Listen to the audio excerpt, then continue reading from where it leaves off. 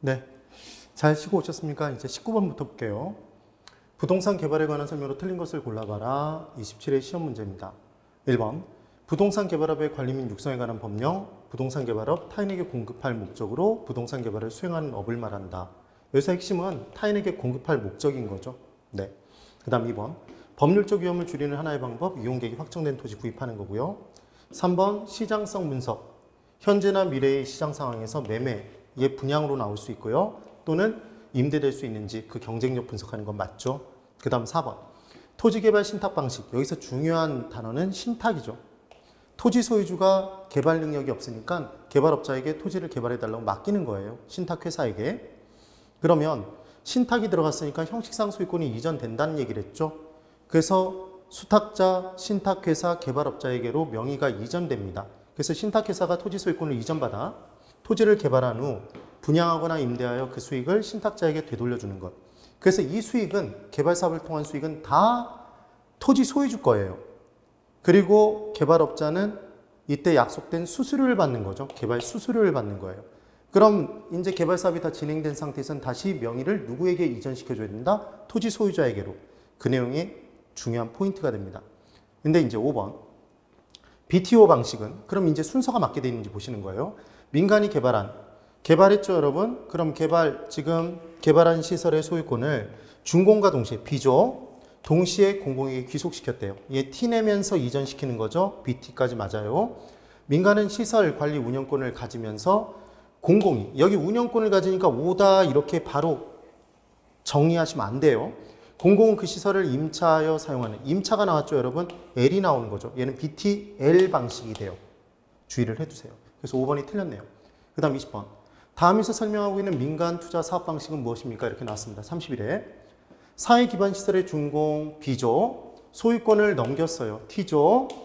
사업 시행자에게 일정 기간 시설 관리 운영권 인정하되 일정 기간 동안 임차한대요. L이죠. BTL이네요. BTL. 그래서 얘는 학교, 문화시설 등 운영 수익이 많이 발생하지 않는 사회 간접자본 시설을 확충할 때 사용하는 방법이었어요. 근데 고속도로 등은 운영 수입이 많이 발생하죠. 그 일정 기간의 운영을 통해서 들인 비용과 수익을 다 충당할 수 있단 말이에요. 그래서 BTO 방식과 BTL 방식의 가장 큰 차이점은 운영 수익이 큰 건 BTO 방식으로 가는 거고 운영 수익이 작은 학교, 문화시설 등은 BTL 방식으로 약속된 임대료를 정부로부터 받는 거다. 이렇게 기억해 두시면 됩니다. 얘는 BTL 방식이죠. 21번. 다음에서 설명하는 민간 투자 사업 방식 26회 시험 문제네요. 똑같아요. 준공했네요. B네요. 귀속시켰죠? T죠. 운영권을 가지고 수익을 내는 방법이래요. 운영권을 갖고 있죠. 운영하는 거예요. BTO가 되겠죠. 그래서 도로, 터널 등은 얘는 수익이 많이 발생하는 거죠. 이 방. 그 다음 21번. 사회 간접 자본 시설 민간 투자 방식 보기에서 올바르게 고른 거 이렇게 나왔네요. 28회 기업. 사회 기반 시설의 준공과 동시에 B죠, 여러분. 그 다음 이전시켰어요. T네요. T 내면서 이전시키고 임차했네요. L이죠. BTL입니다. 그러니까 지금 기억은 BTL이죠. 라예요. 그래서 기억이 라로 나와 있는 건 4번밖에 없는 거죠. 니은 사회기반시설의 준공과 동시에 B 소유권을 이전시켰습니다. T까지 들어왔죠. 운영권 갖고 있네요. BTO죠. 그래서 마가 될 거예요. 마. BTO. 그 다음 23번. 똑같은 문제예요. 똑같은 문제. 이 문제 똑같이 민간이 개발한 시설의 소유권을 준공과 동시에 B, 그 다음 T 이전시켰죠. 그 다음 임차했네요. BTL이죠. 뭘 함정을 파고 있는지를 기억하시면 됩니다. 24번. 26회 시험 문제. 민간의 부동산 개발 방식에 대한 설명으로 틀린 것을 골라보래요. 1번. 자체 개발 사업은 토지 소유주가 스스로 개발하는 거예요. 그래서 사업 시행자의 주도적인 사업 추진이 가능하지만 만약에 위험을 잘 관리할 수 있는 능력이 없는 사업주라면 큰 수익의 하락을 가져올 수 있어요. 그래서 사업의 위험성이 높을 수 있어서 위기관리 능력이 특히 요구되겠네요. 그럼 얘의 장점은 빠르게 진행할 수 있다는 장점도 있고 그리고 수익을 다 사업 시행자 혼자 누린다는 장점이 있겠지만 그 위험도 다 혼자 감수해야 된다. 이게 포인트입니다. 그 다음 2번. 토지 소유주가 제공한 토지에 개발업자가 공사비를 부담해서 부동산을 개발했대요. 건물을 올린 거예요. 그 개발된 부동산을 토지 소유자의 토지와 개발업자가 된 돈, 공사비의 비율에 따라서 균등하게 쪼개 가져요. 동등한 가격 비율로 투입된 비율로 쪼개가는 거예요. 그래서 얘를 뭐라고 얘기를 하냐면 등가 교환 방식이라고 얘기하죠. 여기서 제일 중요한 포인트는 개발업자는 건물의 일부를 받는 거네요. 그러니까 현물로 대가를 받는 거지 얘 현금으로 대가를 받는 거 아닙니다. 그 다음 3번 토지 신탁 방식과 사업 수탁 방식 둘 다 토지 소유주가 개발 능력 떨어져서 개발업자에게 개발해달라고 맡기는 거예요. 근데 이때 명의를 이전시키느냐 이전시키지 않느냐가 제일 중요한 포인트죠. 개발 사업 다 끝난 다음에 개발 사업을 통한 이익은 다 토지 소유주 거예요. 기억을 해 두셔야 돼요. 그래서 개발업자는 약속된 수수료만, 개발 수수료만 받는 겁니다. 그래서 명의 이전이 된 상태라면 다시 토지 소유자에게로 명의 이전을 해줘야 된다. 그럼 토지 신탁 방식과 사업 수탁 방식 중에 명의 이전이 되는 건 신탁자 들어가 있는 애라고 그랬죠. 그래서 이 두 방식은 형식의 차이가 있으나 소유권을 이전하고 사업 주체가 토지 소유자가 된다는 점이 동일하다 그랬는데 X인 거죠. 그 다음 4번. 개발 사업에 있어서 사업자금 조달 또는 상호 기술 보완 등에 필요에 따라 법인 간의 컨소시엄을 구성해서 사업을 추진한다면 이는 컨소시엄 구성 방식에 해당한다. 얘가 뭐였냐면 4대강 개발 사업 등 이렇게 대규모의 토목 사업 등을 할 때는 기본적으로 하나의 건설회사가 갖고 있는 기술력, 자본력에는 자금력에는 한계가 있어요. 그래서 여러 가지 회사들, 여러 회사들이 한데 모여서 개발 사업을 진행하는 거예요. 얘를 컨소시엄을 구성한다고 얘기를 합니다. 그래서 대규모 개발 사업을 진행하겠죠. 그럼 여러 법인들이 함께 모여서 사업을 진행하니까 기술력의 보완, 자금력의 보완 등 개발 사업이 온전하게 진행되는데 장점이 있다는 측면도 있겠지만 여러 회사가 모여서 사업을 진행하니까 사공이 많죠. 배가 산으로 올라가 버릴 수도 있겠죠. 그 내용이 되는 겁니다. 그 다음 5번. 토지 소유주가 사업을 시행하면서 건설업체에 공사를 발주하고 공사비의 지급은 분양 수익금으로 지급하기로 했대요. 그러니까 공사비를 뒤로 밀어서 얘 분양한 다음에 수입 발생하면 그 수입으로 줄게. 그러니까 얘는 분양금 공사비 지급형이 되겠죠. 25번. 부동산 개발 방식에 대한 설명으로 틀린 것을 골라보랍니다. 1번. 공영자가 나오면 얘는 무조건 정부가 주도하에 개발하는 거잖아요. 공적 주체가. 공영개발 방식은 외부 효과 등으로 인한 부동산 시장 실패 보전, 토지의 계획적 이용을 통해 토지 이용의 효율성을 제고할 수 있는 것이다. 맞죠? 2번. 등가 교환 방식, 토지 소유자, 토지, 개발업자, 공사비 들여서 건물 짓고 그 기여도에 따라서 균등하게 갖는 거죠. 토지 건물의 지분을 갖는 거니까 현금으로 대가받는 거 아니다라는 거 꼭 기억하세요. 그 다음 3번. 사업 수탁 방식의 경우에는 명의 이전 없네요. 그래서 사업 전반 자체가 토지 소유자 명의로 계속 진행이 돼요. 자금 조달도 토지 소유자 명의로 합니다. 그 일들은 실은 누가 한다고 그랬죠? 개발업자가 하는 거죠. 개발 지분을 공유하는 게 아니라 개발 지분은 다 누구 거고 토지 소유주 거고 개발업자는 개발 수수료만 받는다. 기억하세요. 3번이 틀렸네요. 그 다음 4번. 토지 신탁 방식의 경우에 당연히 명의 이전의 내용이 나오겠죠. 토지 소유권이 형식적으로 신탁회사에 이전되며 신탁회사는 토지 소유자와의 약정에 의해 수익증권 발행해서 수익증권의 소유자에게 수익을 배당한다. 수익 배당. 자기가 갖는 거 아니에요. 그 다음 5번에 대규모 개발 사업에서는 사업자금의 조달이나 기술 보완 등을 위해 컨소시엄 구성할 수 있다. 참여회사 중 하나가 대표 회사가 되기도 하고 참여회사들이 별도의 연합법인을 설립할 수도 있더라. 얘는 대규모 개발 사업에 적합한 방식이었어요. 26번. 부동산 개발에 관한 설명으로 틀린 것을 골라보랍니다. 똑같은 내용들이죠. 2번. 공사비 대물 변제 방식은 말 그대로 여기서 읽어보면 공사비를 그 다 지어진 건물에 개발된 부동산의 일부분으로 대물로서 변제해주는 방식이겠네요. 그래서 토지 소유자는 토지 제공하고 개발업자가 건축에 필요한 자금 조달, 사업 완료했어요. 완성된 건물의 일부로 대물로 공사비를 지급한 거죠, 지금. 그 다음 3번. 토지 신탁 개발 방식, 아까 봤던 내용들 다 똑같은 내용이 됩니다. 그래서 토지 신탁 개발 방식은 토지 소유자가 신탁회사에 형식적으로 토지 소유권을 이전하는 건 맞아요. 신탁회사는 약정에 따라 수익증권 발행하고요. 그 수익증권의 수익자에게 수익을 배당해 주겠죠. 신탁계약 종료 시에 토지는 당연히 원토지 소유자에게 반환되고 건물도 원토지 소유권자에게 들어가는 거죠. 신탁회사가 소유하는 게 아니라 차지 방식이 아니에요, 지금. 이게 틀렸죠. 개발 수수료만 받는다. 꼭 기억해 두세요. 3번 틀렸네요. 그 다음 4번 아까 봤고 5번도 다 봤죠. 그 다음 27번. 24회 시험 문제. 틀린 것을 골라보랍니다. 1번. 자체 개발 사업은 불확실하거나 위험도가 큰 부동산 개발 사업에 대한 위험을 토지 소유자와 개발업자 간에 분산할 수 있는 장점이 있다.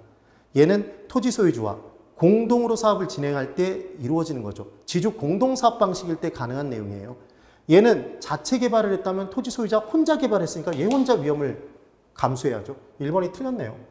그 다음 3번 사업 위탁 방식. 얘가 아까는 수탁 방식으로 나왔죠. 사업 위탁, 사업 수탁 방식은 토지 소유주가 개발업자에게 사업 시행 의뢰하고 개발업자는 사업 시행에 대한 수수료만 받는 거죠. 그 내용. 그 다음 4번 지주 공동 사업은 지주, 토지 소유주가 공동으로 사업을 진행하면 개발업자와 공동으로 사업을 진행하겠죠. 그래서 일반적으로 토지 소유자 토지 제공, 개발업자는 개발의 노하우를 제공하겠죠. 5번 토지 신탁형은 토지를 신탁한 거예요, 여러분. 토지 소유자로부터 형식적 소유권 이전받은 신탁회사가 토지를 개발관리 처분해서 수익을 지가 갖는 게 아니라 여기서 중요한 건 계속 수익자에게 배당해 준다, 돌려준다 이 표현이 나오고 있네요. 28번 옳지 않은 것을 골라보랍니다. 1번 자체 개발 사업은 불확실하거나 위험도가 큰 개발 사업에 대한 위험을 토지 소유자와 개발업자 간에 분산할 수 있다는 장점을 갖는다. 틀렸다고 아까 얘기했었죠. 기억해 두시면 돼요. 그 다음 2번 토지 신탁 방식은 형식상 소유권이 이전됐네요. 그러니까 당연히 소유권 이전받은 신탁회사 명의로 돈을, 자금을 이때 조달하겠죠. 그래서 부동산 신탁사가 건설 단계에 부족 자금을 조달한다. 이 표현이 왜 나왔는지 아셔야 돼요. 그 다음 이거 3번 받고 4번 토지 신탁 방식은 자금 조달 및 사업 시행의 주체가 신탁회사로 넘어간 거죠. 신탁 계약 기간 종료되면 누구 거니까? 토지 소유주 거니까 명의전이 다시 필요합니다. 그래서 토지와 건물, 토지는 그대로 원토지 소유자에게 돌려주고 건물은 신탁회사가 갖는다 절대 아니었어요. 다 누구에게 돌려주는 거다? 위탁자인 토지 소유자에게. 개발 수수료만 수탁자는 받는 거다. 신탁회사는. 기억 꼭 해두십시오. 그 다음 5번. 컨소시엄 구성 방식은 여러 회사가 같이 사업 진행해요. 그러면 의견이 잘 맞지 않아서 사업이 지연되고 하자 발생하면 이때 서로 네 책임이야 책임 소재를 불분명하니까 책임 회피 현상이 발생할 수 있을 거 아니에요. 그 내용입니다. 그 다음 29번. 옳은 것을 이제 골라보래요. 1번. 아까 자체 개발을 지금 자력 개발이라고 얘기했죠. 사업 시행의 주체, 토지 소유자, 개발, 자금 조달도 이익 기속의 주체도 다 토지 소유주가 되겠죠. 건설 회사가 되는 게 아니라.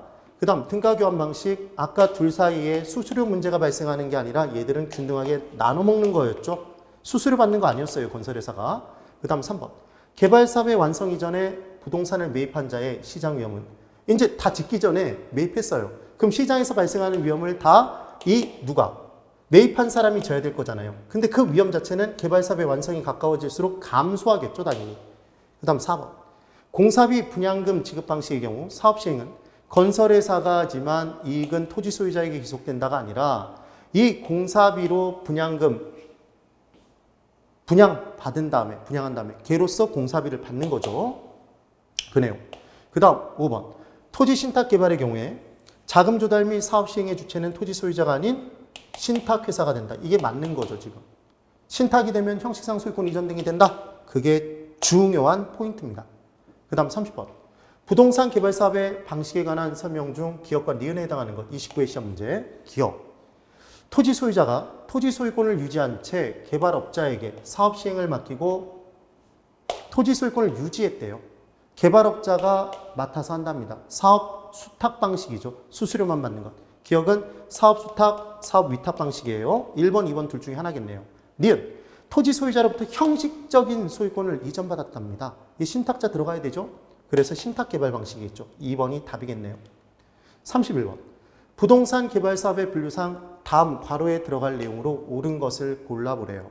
31회 시험 문제입니다. 제가 우리 처음 시작할 때 말씀드렸지만 31회 시험을 봤다고 그랬잖아요.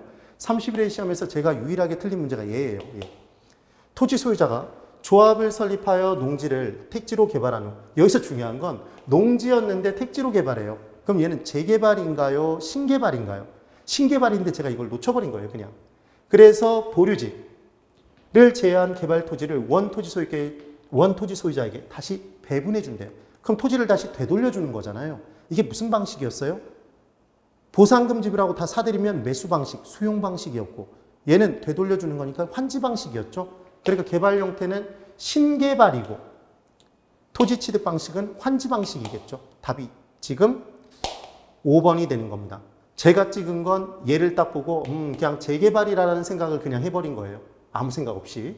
그리고 환지 방식에만 꽂혀서 환지 방식 중에 둘 중에 하나를 찍어버렸던 거죠. 그래서 2번을 찍었는데 답은 농지에서 택지로 지금 개발한 거니까 신개발이다. 5번입니다. 32번.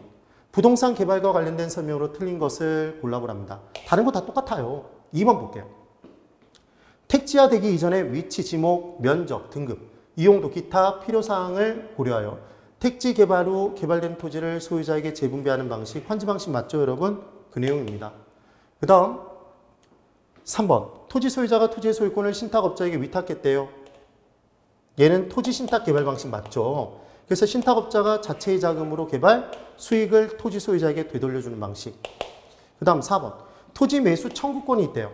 그럼 얘는 토지를 매수, 사달라고 청구할 수 있는 권한이잖아요. 도시계획이나 그린벨트의 설정으로 재산권에 심각한 영향을 받고 있는 경우에 이를 구제할 수 있도록 토지 소유자로 하여금 신청할 수 있도록 하는 게 토지 매수 청구권입니다. 5번. 개발권 양도제란 보전지역의 소유권을 제한하는 대신 개발지역의 소유권을 인정해 주는 건가요? 이용할 수 없게 된 보전지역 내의 개발권을 개발지역으로 넘길 수 있도록 하는 건가요? 개발권을 넘기는 거죠. 소유권이 아니라. 그래서 지금 5번이 틀렸죠. 33번. 택지 개발의 방법 및 종류에 관한 설명으로 옳지 않은 것을 골라보랍니다. 1번. 환지 방식은 개발 토지 중 사업에 소요된 비용을 제외한 토지를 원래의 토지 소유자에게 되돌려주는 방식이다. 맞죠? 그때 면적은 더 적게 돌려주죠, 여러분. 왜 그렇죠?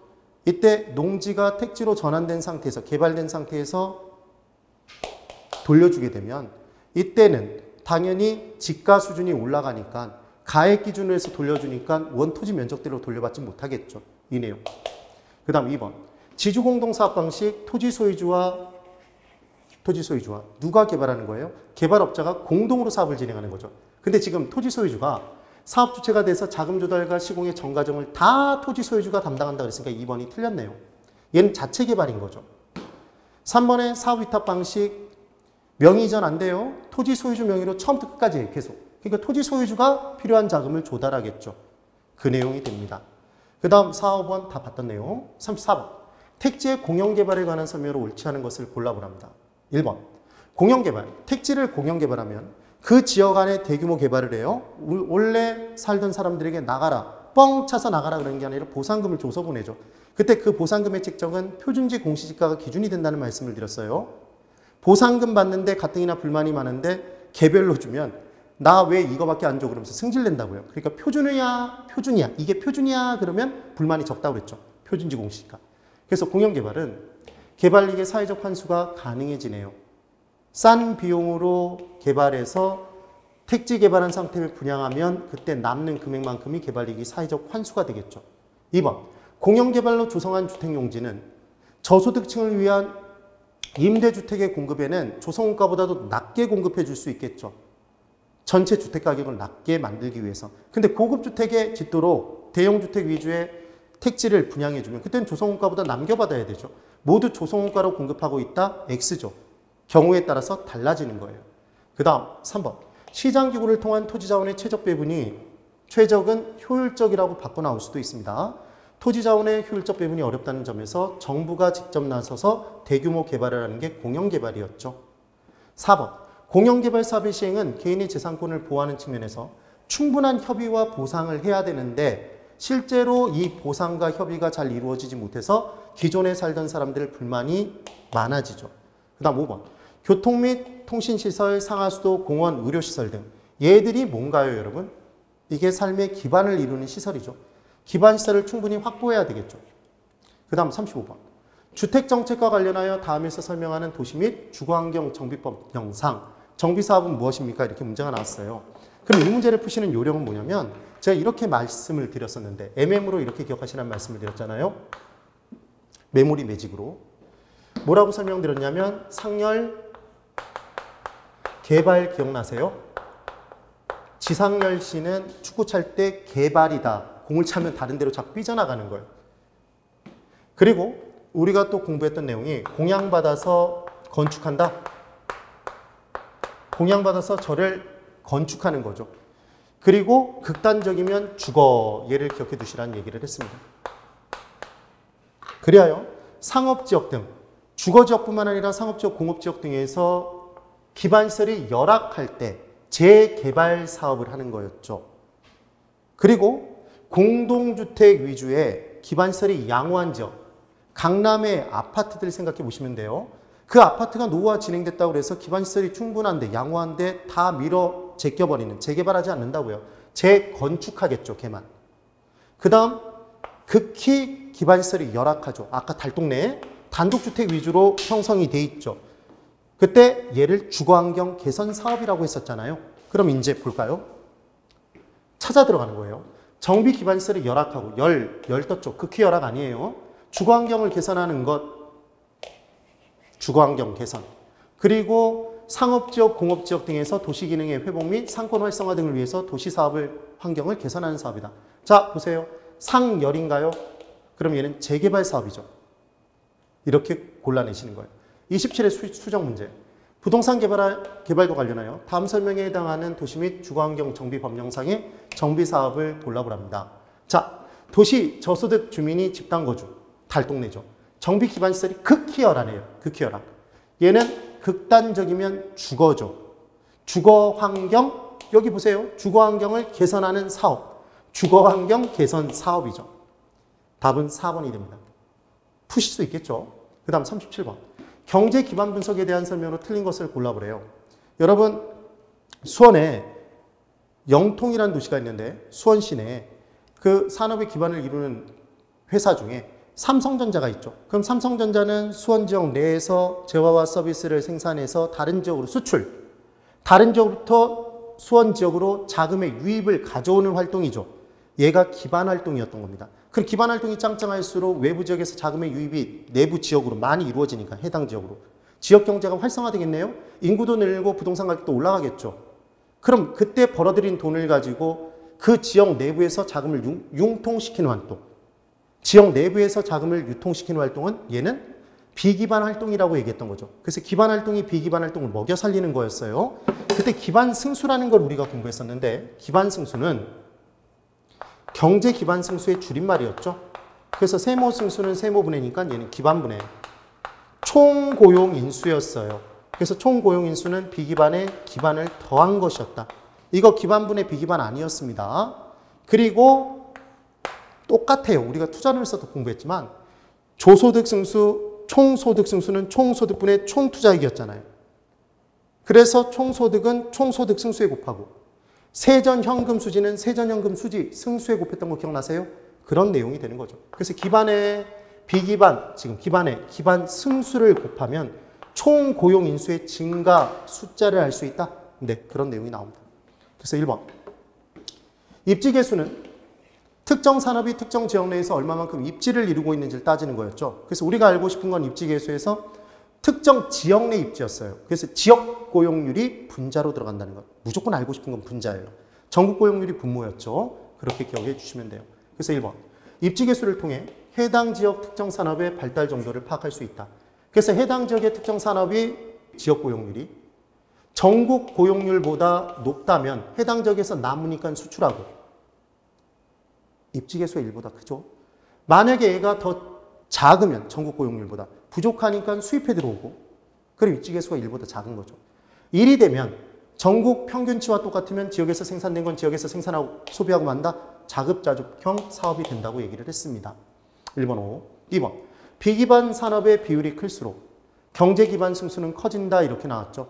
비기반이 커지면 경제기반 승수. 자 볼까요? 기반이 10,000명이에요. 기반은 10,000명입니다. 근데 비기반이 90,000이에요. 그럼 얘는 10이 되죠, 여러분. 맞죠? 1만 분의 10만이니까. 근데 얘가 15만이 됐어요. 비기반이. 그러면 기반이 벌어들인 돈을 가지고 비기반 활동을 하는 사람들이 많아졌다는 얘기죠. 그럼 기반 활동의 승수는 그만큼 커지는 거죠. 얘가 16이 될 거잖아요. 그래서 2번은 5네요. 3번. 경제기반 승수의 비기반 산업의 고용인구 증가분을 곱하여. 여러분 지금 뭐라고 얘기했냐면 기반 승수의 비기반을 곱하면 지역 전체의 고용인구 증가분을 산정할 수 있다 이렇게 얘기를 했잖아요. X죠. 기반에는 뭘 곱해요? 기반 승수. 다시 기반 승수에는 뭘 곱해요? 기반을 곱하지 비기반 안 곱합니다. 그 다음 4번. 경제기반 승수를 이용하면 해당 지역 전체 인구의 변화에 대한 예측도 가능한 거죠. 5번. 경제 기반 분석을 통해 고용인구 변화가 부동산 수요에 미치는 영향도 예측할 수 있겠네요. 38번. 각 지역과 산업별 고용자 수가 다음과 같을 때 A 지역의 X산업과 B 지역의 Y산업의 입지계수, LQ를 올바르게 계산한 것 이렇게 문제가 나왔습니다.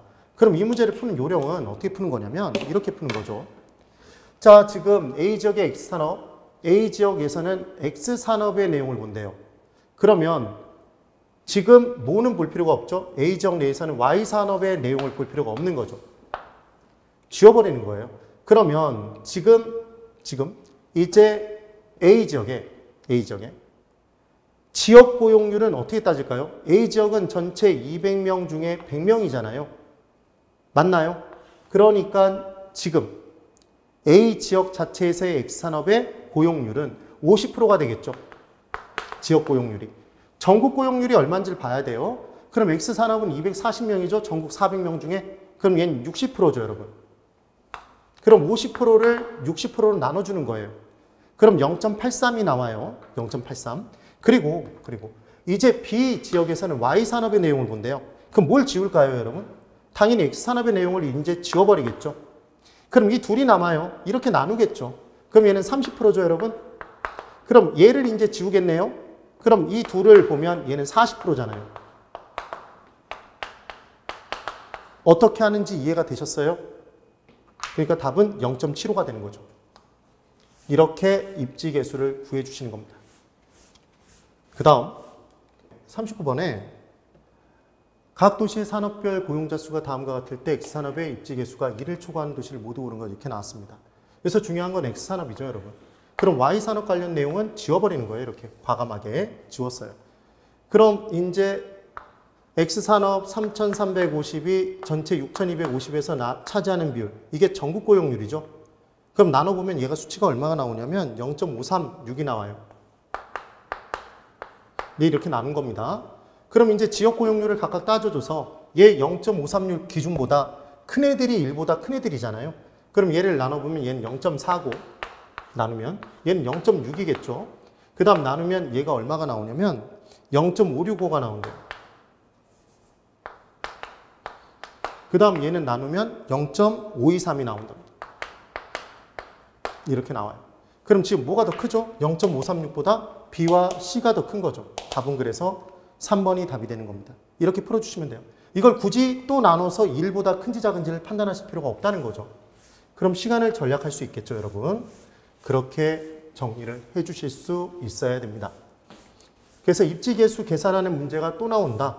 얘는 반드시 좀 풀어주셔야 될 문제 중에 하나예요. 그 다음 이제 부동산 마케팅. 부동산 마케팅에 관한 설명으로 옳지 않은 것을 이제 골라보십시오. 이렇게 문제가 나왔네요. 근데 이 마케팅 부분의 문제는 뭘 정확히 기억하시면서 문제를 풀면 되냐면 제가 말씀드렸던 이 내용들이 기억나나 보세요. 마케팅 3차원이 있었습니다. 마케팅 전략이 3차원. 그래서 첫 번째 시장 점유 마케팅이 있었죠. 시장 점유 마케팅. 두 번째 뭐가 있었죠? 고객 점유 마케팅. 그 다음 세 번째 관계 마케팅이 있었어요. 그때 거꾸로 올라가 보면 관계는 기존 고객과의 관계를 맺는다고 그랬죠. 그래서 기존 고객과의 관계를 원만하게 유지시킴에 따라 신상품이 출시되게 되면 그때 카탈로그 등을 보내서 매출액을 늘리고 기존 고객이 만족하면 입소문 내주겠죠. 구정 광고. 그래서 근래 들어 가장 각광받고 있는 게 관계 마케팅. 따라해 보세요. 관계는 기존 고객과 맺는다. 네, 되셨어요. 그 다음 두 번째 고객 점유 마케팅은 고객을 처음부터 끝까지 심리적 접점을 고객과 유지시키면서 사는 행동을 옮기는 단계까지 가야 돼요. 그래서 얘를 아이다의 원리로 우리가 공부했었죠. 어텐션, 주의를 끌고 인터레스트, 흥미를 유발시키고 디자이어, 사고자 하는 욕망을 불러일으키고 액션, 사는 행동으로 옮기게 한다. 그래서 각 단계별로 소비자와의 고객과의 심리적 접점을 유지. 그 내용이 나오면 고객 점유 마케팅이죠. 고객을 점유할 수 있겠죠. 그 다음 시장 점유 마케팅은 STP 전략이 있었습니다. STP 전략. 그리고 4P 믹스가 있었죠. 그래서 얘를 통으로 기억했던 방법이 뭐였냐면 시장 선거를 했는데 점유율의 표차가 3표 차면 재판가유 기억나세요? 이게 기억이 나셔야 됩니다. 그래서 얘는 사실은 재였죠. 재. 그래서 시장 세분화 전략. 수요자의 특성별로, 수요자 집단의 특성별로 시장을 세분화시켰던 거죠. 그래서 절대로 수요자는 세 분 오셨다고 해야 되지 차별하면 안 돼요. 그때 세분화된 시장에서 회사가 목표로 하는 시장, 표적 시장을 정하는 걸 얘를 타겟팅, 표적 시장 전략이라고 얘기를 하는 거죠. 그리고 이 표적 시장에 들어가 봤는데 기존의 업체들, 공급자들이 또 있어요. 그럼 기존의 공급자들과 자신을 차별화된 위치로 위치 선정한다. 그래서 포지셔닝 전략이었죠. 차별화. 그래서 차별화는 절대로 수요자 집단 차별하는 거 아닙니다. 다른 공급자와의 차별화를 꾀하는 거죠. 그리고 사피믹스는 P자로 시작한 네 가지를 믹스하는 거였어요. 프로덕트, 제품이었죠.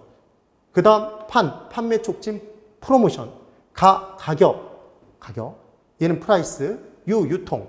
부동산의 유통은 공인중개사를 통해서 이루어지죠. 중개사무소. 그래서 얘는 플레이스였어요. 이 네 가지. 그리고 주의하실 건 이 포피믹스의 P에 피플 안 들어가요. 인력관리 안 들어갑니다. 기억하는 방법. 예전에 뽀삐 화장지가 있었는데 걔는 강아지였어요. 정말 옛날인데. 그래요. 꼭 정리를 해주셔야 돼요. 그 다음 포지셔닝의 P죠. 이때 이 P가 아니라는 걸 정리를 해두셔야 됩니다. 틈새 시장을 공략해도 시장 점유율이 높아지겠죠. 그 다음 각각의 이 마케팅 전략이 수요자 중심의 마케팅 전략인지 공급자 중심의 마케팅 전략인지 이게 문제로 주어질 수 있어요. 그럼 얘는 어떻게 외우시라는 얘기를 했냐면 MM으로 공시법이 있다고 그랬죠, 여러분. 공시법 선생님 만나면 수고 이렇게 기억하라는 얘기를 했잖아요. 고객이 수요자죠, 여러분. 얘가 소비자라고 나와도 문제를 풀어주실 수 있어야 됩니다. 꼭 정리를 해두세요. 자, 이제 풀어볼게요. 1번. 부동산 마케팅에 관한 설명으로 옳지 않은 것을 골라보래요. 1번. 고객적인 마케팅은 공급자 중심의 마케팅 전략으로 이미 틀렸죠. 수요자 중심의 마케팅 전략이죠. 소비자의 구매 의사결정의 각 단계별로 아이다의 원리, 소비자의 심리적 접점을 마련하고 전달되는 메시지의 톤과 강도를 적절히 조절하는 전략. D는 맞는데 이게 틀렸네요, 지금. 그 다음 2번. 관계는 누구랑 맺는다? 기존 고객과. 그래서 소비자와 생산자의 관계를 일회성 거래가 아니라 양자의 지속적인 상호작용을 중시하는 전략. 그러니까 기존 고객과의 관계를 원만히 유지시키자는 거죠. 3번. 포피믹스. 가격, 제품, 유통, 판매 촉진. 재판가유. 기억하시면 됩니다. 마케팅 요소를 적절히 혼합하는 공급자 중심의 마케팅 전략. 얘 시장적인 마케팅이었죠, 여러분. 공시법. 공급자 중심. 그 다음 4번. 마케팅 환경은 거시적 환경과 미시적 환경으로 구분되는 바 공중, 고객, 정부, 경쟁업자 등은 다 미시적 환경이래요. 여기서 주의하실 건 왠지 정부는 큰 것 같아요. 그래서 거시적 환경 같지만 얘는 미시적이에요. 그래서 예전에 쌀 중에 정부 미가 있었던 거 기억해 두시면 돼요. 5번. 시장 차별화는 동일한 표적 시장을 갖는 다양한 공급 경쟁자들과 자신을 차별화시키는 거예요. 절대로 수요자 집단 차별화 아닙니다. 자신의 상품을 어디에 위치시킬 건지 포지셔닝 하는 거죠. 차별화된 위치로 포지셔닝 하는 겁니다. 1번에 1번. 2번. 마케팅 전략에 대한 설명으로 옳은 것을 골라보래요. 1번. 관계 마케팅은 신규 고객의 개척보다는 기존 고객과의 관리를 중시하는 건 맞네요. 1번이 답이죠. 2번. 고객 점유율은 시장 전체의 매출액에서 자사 상품의 매출액이 차지하는 비율을 말한다. 고객 점유율이 아니라 시장 점유율이겠죠, 지금. 그 다음 3번. 수요 탄력성이 작은 신규 시장에 진입하기 위해서는 가격을 침투하는 전략이 유효하다 이렇게 돼 있잖아요. 여러분 생각해 보실까요? 수요의 탄력성이 작아요. 그럼 대체할 것이 적은 거죠. 가격을 인하했어요. 힘이 약한 애한테 가격을 인하하면 아양 떨면 힘만 빠진다고 그랬죠. 그래서 X인 거죠. 시장 차별화는 수요자 집단을 인구 경제 특성에 따라 세분화하고 판매 지향점 분명히 하는 거다. 여러분 수요자 집단은 절대로 차별화하면 안 된다고 그랬죠. 얘는 세분화 전략이죠. 5번. 고객의 구매 심리 변화에 따라 전달하는 메시지의 톤과 강도를 조절하는 전략은 시장 점유 마케팅이 아니라 고객 점유 마케팅. 3번. 부동산 마케팅에서 포피, 마케팅 믹스 전략의 구성 요소를 모두 고른 것 이렇게 나왔네요. 31회 시험 문제. 자, 재판가유를 찾는 거예요. 쟤네요. 그 다음 가유 맞죠? 그 다음 가 맞죠? 그 다음 판. 그러니까 답은 기역, 니은, 리을, 비읍이겠네요. 3번이 답이 됩니다. 4번. 부동산 마케팅 전략에 대한 설명으로 틀린 것을 골라보랍니다. 1번. 부동산 마케팅에서 시장 세분화란 부동산 시장에서 마케팅 활동을 수행하기 위한 구매자의 집단을 세분화하는 것이다. 자, 구매자가 소비자죠, 여러분? 세분화한 거 맞아요. 2번. 부동산 마케팅에서 표적 시장이란 세분화된 시장 중에서 부동산 기업이 표적으로 삼아 마케팅 활동을 수행하는 시장 맞죠? 3번. 마케팅 믹스. 이게 포피 믹스예요. 마케팅 목표의 효과적인 달성을 위해 이용하는 마케팅 구성 요소인 4P 믹스의 조합을 말한다. 근데 지금 맞게 돼 있는지를 판단하셔야 돼요. 여기 포지셔닝 들어가 있으면 X가 된다는 걸 기억하시는 거예요. 지금 재판 가유가 맞네요. 그 다음 4번. 판매 촉진은 프로모션은 표적 시장의 반응을 빠르고 강하게 자극 유인하기 위한 전략을 말한다. 그래서 우리 지금 분양받으면 벽걸이형 TV를 주겠다 뭐 이런 식의 프로모션을 진행하잖아요. 그게 판매 촉진 활동이네요. 그 다음 5번. 부동산 마케팅의 가격 전략 중 빠른 자금의 수를 원하고 지역 구매자의 구매력이 낮을 때 고가 전략을 만약에 이용하면 하나도 안 팔리죠, 여러분. 구매력이 낮은데. 그러니까 당연히 빠른 자금의 수를 원하고 지역 구매자의 구매력이 높을 때 사용하는 게 고가 전략이겠죠. 5번이 틀렸네요. 그 다음 5번. 부동산 마케팅에 관한 설명으로 틀린 것을 골라보랍니다. 1번. 셀링 포인트가 있어요. 셀링은 파는 거죠. 판매. 포인트는 소구점이죠. 그래서 얘를 판매 소구점이라는 표현을 쓰기도 합니다. 그래서 셀링 포인트는 상품으로서 부동산이 지니는 여러 특징 중에 구매자가 혹하는 지점이 있단 말이에요. 그 구매자의 욕망을 만족시켜주는 특징을 말한다. 5조. 2번. 고객점유 마케팅은 공급자 중심 틀렸죠, 여러분? 수요자 중심이었잖아요. 똑같은 내용이에요. 다른 내용 다 똑같습니다. 그 다음 4번. STP 전략은 시장 세분화, 세그멘테이션, S죠. 표적 시장 선정, 타겟팅, 그 다음 포지셔닝으로 구성된다. STP. 세표차 기억해 두시면 돼요. 아이다의 원리, 아이다. 맞게 돼 있죠. 그 다음 6번. 마케팅 전략에 대한 설명으로 틀린 것을 골라보래요. 1번. 마케팅 믹스의 가격 관리에서 시가 정책은 위치 방위층 지역에 따라 서로 다른 가격으로 판매하는 건 가격 이중화 전략이지 시가 전략이 아니잖아요. 1번 틀렸죠. 그 다음 2번. 시장 세분화는 상품의 계획이나 광고 등 여러 판매 촉진 활동을 전개하기 위해 수요자 집단을 여러 개의 군집으로 나눈 후에 그 군집을 표적시장으로 선정하는 것. 표적시장으로 선정하는 건 얘는 표적시장 전략이죠. 타겟팅이잖아요. 군집으로 나누는 것까지가 시장 세분화죠. 그러니까 2번도 틀렸어요. 그래서 복수 정답이 된 문제였습니다. 그 다음 3번, 4번, 5번은 다 똑같은 내용들이 돼요. 그래서 5번에 마케팅 믹스에서 촉진 관리는 판매 촉진이라는 거예요. 판매 유인과 직접적인 인적 판매 등이 있으며 그래서 판매 촉진, 홍보 활동을 할 때, 프로모션 할 때 사람들이 티슈 같은 거 들고 그 뭔가 노벨티, 사은품 같은 걸 들고 뿌리는 광고를 하잖아요. 인적 판매 등. 이러한 요소를 혼합하여 전략을 구사하는 것이 바람직하다. 지금 그 얘기네요. 7번. 부동산 마케팅 전략에 관한 설명으로 틀린 것을 골라보래요. 1번. 4P에 의한 마케팅 믹스의 전략 구성 요소, 재판 가유 있는지 보세요. 맞게 돼 있죠. 2번. 다른 아파트와 차별화되도록 혁신적인 내부 구조로 설계된 아파트는 얘는 제품 전략인 거죠. 그 제품 자체. 아파트가 제품이니까. 그 다음 3번. 표적 시장은 세분화된 시장 중 가장 좋은 시장 기회를 제공할 수 있는 시장으로 특화된 시장. 근데 그래서 내가 선정한 시장인 거죠. 4번. 유통 전략은 고객의 행동 변수 및 고객 특성 변수에 따라 시장을 나눠서 몇 개의 세분 시장으로 구분하는 것. 세분 오셨다고 얘기하는 건 뭐였죠? 세분화 전략이지 유통 전략이 아니잖아요. 4번이 틀렸네요. 5번. 포지셔닝은 차별화 전략이었습니다. 목표 시장에서 고객의 욕구를 파악하여 경쟁 제품과 차별성을 갖도록 제품 개념을 정하고 우리 제품은 품질은 비슷한데 가격이 유난히 싼 제품. 이런 식으로 고객의 머릿속에 이미지화 시키는 거죠. 그래서 다른 업체와의 차별화를 기해서 시장 차별화를, 시장 점유율을 높이는 전략. 그게 포지셔닝 전략이었어요. 그 다음 8번. 부동산 마케팅에 대한 설명으로 틀린 것을 골라보랍니다.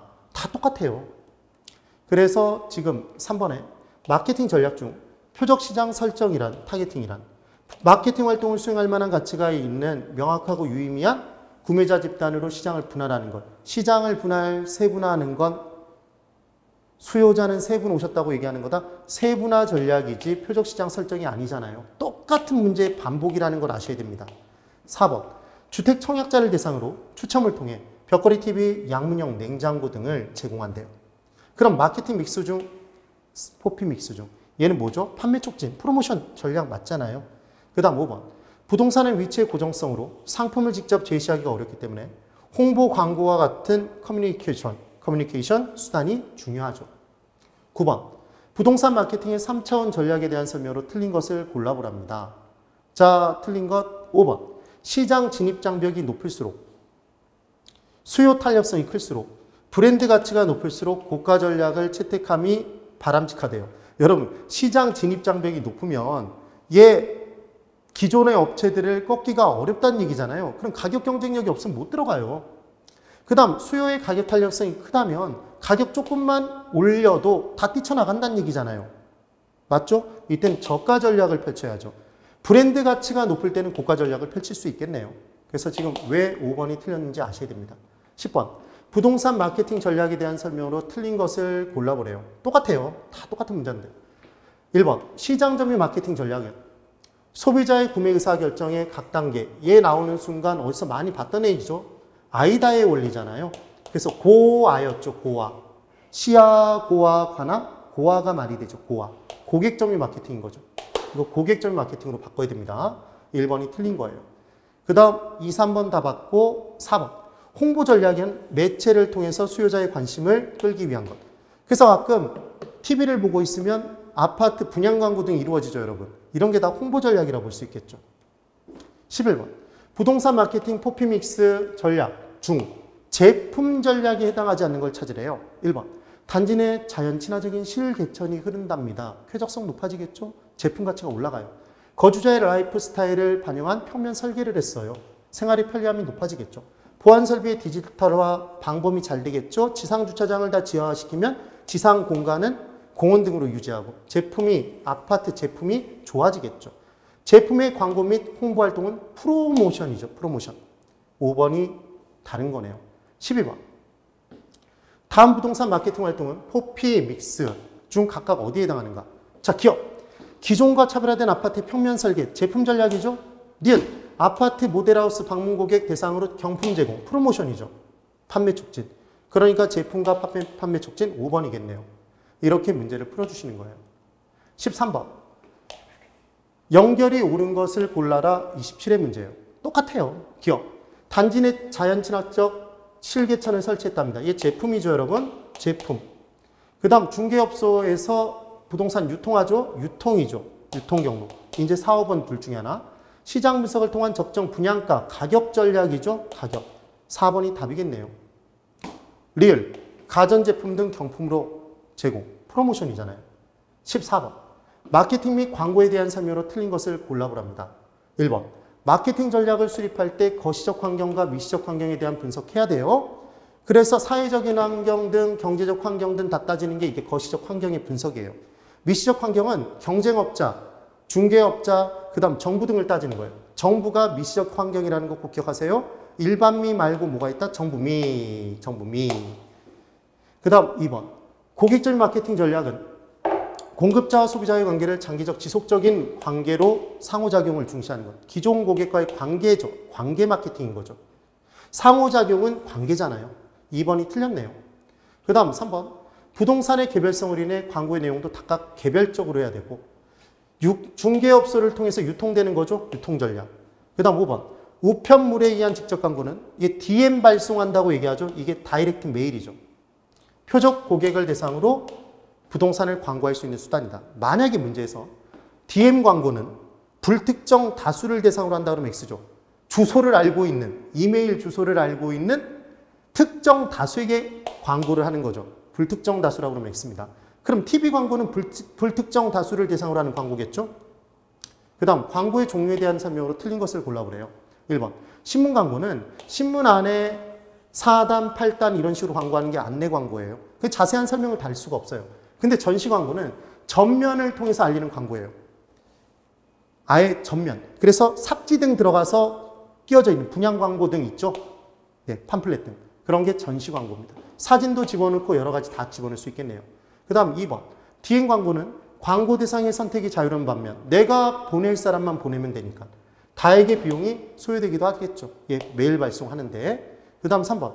하나의 광고에 관련 제품을 묶어서 광고하는 걸 결합 광고라고 하고요. 그래서 하나의 광고 때릴 때 어떤 경우가 있냐면 아예 아파트가 여러 곳에 분양을 한다고 생각해 보면 아예 아파트 브랜드를 광고를 때려버리면 걔가 한꺼번에 광고가 되는 거잖아요. 그 다음 4번. 영업점포의 일외부를 매체로 하는 광고 방법은 얘는 5개 광고 이런 식으로 표현을 쓰는 겁니다. 노벨티 광고는 뭐냐면 노벨티는 사은품이에요. 우리가 공인중개사 사무소를 열었습니다. 그럼 그때 주변 사람들에게 내 업소를 중개사무소를 홍보하기 위해서 볼펜 등을 나눠주거나 좀 더 고가의 제품을 나눠준다면 우산 등을 나눠줄 수도 있겠죠. 이런 내용. 이게 노벨티 광고예요. 그 다음 5번. TV 광고는 광고 효과를 극대화시킬 수 있으나 비용 부담 당연히 크죠. 그네요. 그래서 지금 4번이 틀린 거네요. 자, 그래서 지금 15번까지의 내용을 풀어서 마케팅 내용까지 다 풀었어요, 여러분. 지금 정확하게 제가 말씀드린 중요한 핵심들만 잡아서 문제 푸시면 이 부분 내용들은 이용, 관리, 개발, 그리고 마케팅 부분의 문제는 정말 풀기 쉬워요. 그리고 절대로 놓치면 안 되는 부분들 중에 하나인 겁니다. 꼭 확인하세요. 10분 쉬고 이제 감정평가론 내용을 들어보도록 할게요. 집중하셔야 될 시간이 왔습니다. 예, 10분 쉬고 돌아오세요.